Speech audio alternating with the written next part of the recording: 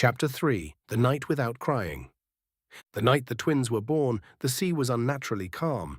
No storms, no shifting currents, no distant whale song echoing through the dark. It was as if Aquatica itself was holding its breath.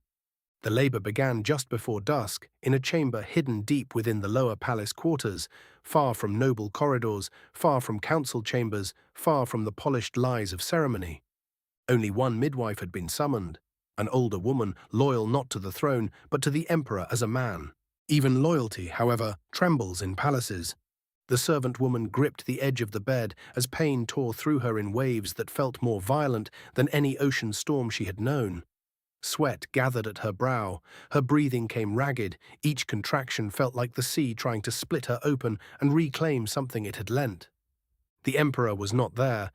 He could not be. To be seen entering those quarters would invite questions that could not be answered without blood.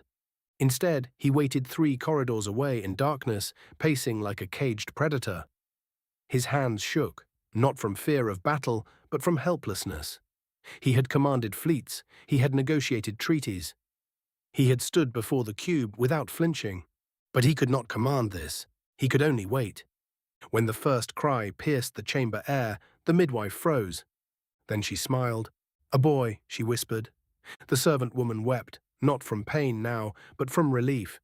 The child was placed against her chest, small and warm and impossibly alive. His fingers curled instinctively around the fabric of her gown.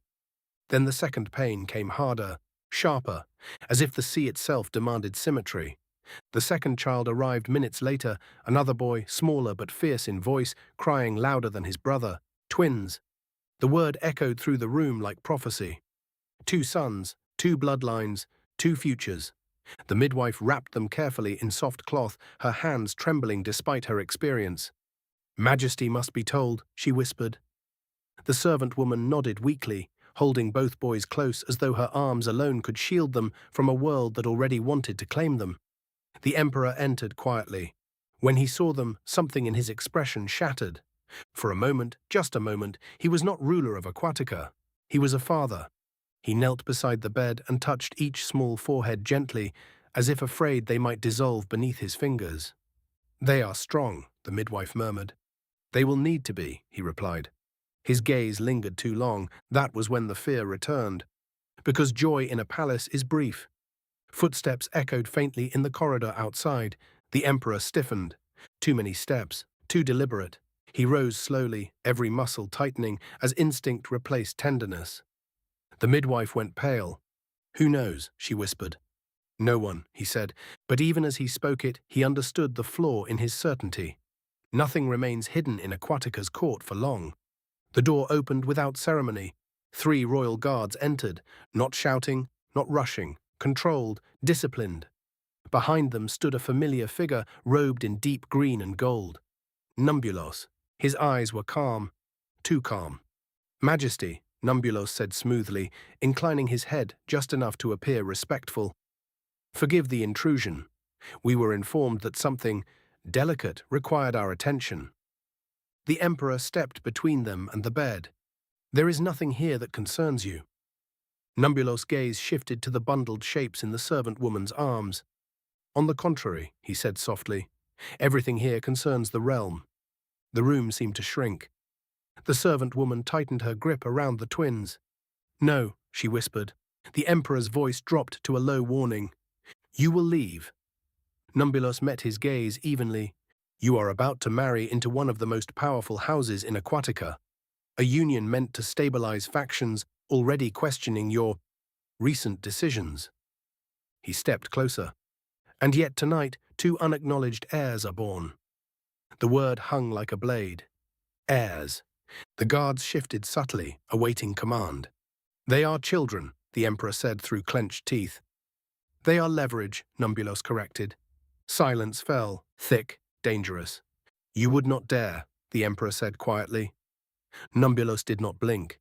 "I would dare anything to prevent civil fracture."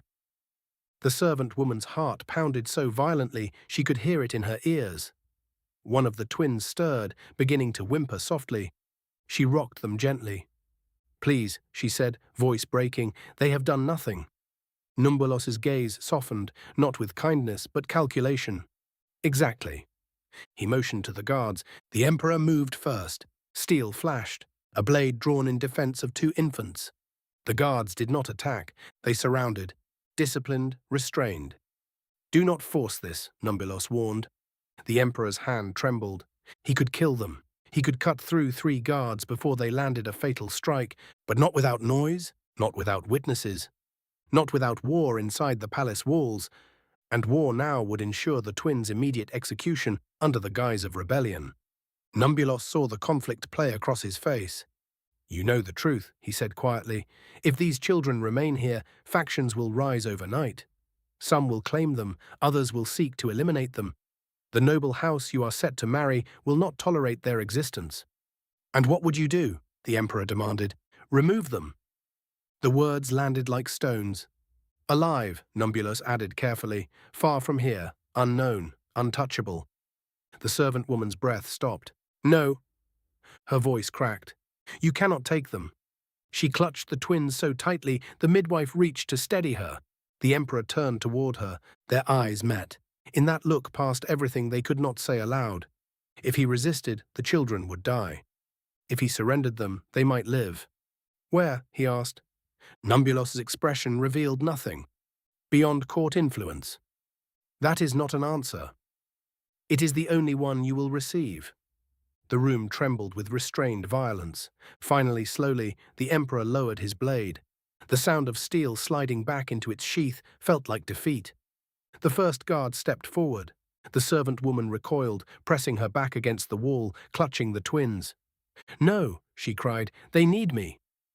They need distance from this palace, Numbulos replied.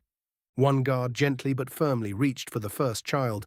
The baby began to cry louder now, sharp, desperate. The servant woman's scream broke through the chamber as they pulled him from her arms. The second guard took the smaller twin. For a moment, just one impossible moment, everything in the room froze. The twins' cries echoed against stone. The Emperor stood rigid, jaw clenched so tightly it seemed he might shatter his own teeth. Numbulos stepped close to him. You can still be king, he murmured, but you cannot be careless. The words felt like poison. The guards turned toward the door. The servant woman tried to rise, but her body, still weak from birth, collapsed beneath her. She crawled forward on trembling hands. Please, she whispered hoarsely, please. One of the guards hesitated, just slightly, long enough to feel the weight of what he carried. Numbulos noticed. Go, he commanded. The guard obeyed. The door closed. The cries faded down the corridor, then disappeared entirely. The silence that followed was worse. The Emperor stood unmoving. The servant woman lay on the floor, her hands still reaching toward empty air. It was not the silence of peace, it was the silence of something broken. Numbulos adjusted his robe. You should announce her death, he said calmly. Complications in childbirth, tragic, unavoidable. The Emperor's head turned slowly. If she is dead, Numbulos continued, no one will search for her. No one will question why there are no children. The suggestion hung like smoke. The servant woman stared at them both, horror widening her eyes. You would erase me, she whispered. The Emperor closed his eyes briefly. It was the only way to keep her alive. Dead women are not hunted. Dead women are not leveraged. Dead women are not interrogated. He knelt beside her. His voice was barely audible. You must trust me. She laughed weakly, a shattered sound. They took them. I know. Her fingers clutched his tunic. Find them. His eyes darkened. I will. Behind them, Numbulos watched carefully. Measuring. Always measuring. The midwife stood trembling in the corner. You will speak of this to no one, Numbulos told her quietly. She nodded quickly. Fear makes excellent loyalty. Hours later, the palace announced a tragedy. A servant woman had died in childbirth. The Emperor mourned privately. The wedding preparations continued, and somewhere beyond the palace walls, 2 infant boys were carried into darkness. The sea remained calm. Too calm. Because beyond the tides, beyond even the cube, something ancient had witnessed the exchange, the division of bloodlines, the fracture of a crown, the beginning of an age defined not by unity, but by separation. And the most terrible part of that night was not the taking. It was this. The twins had stopped crying.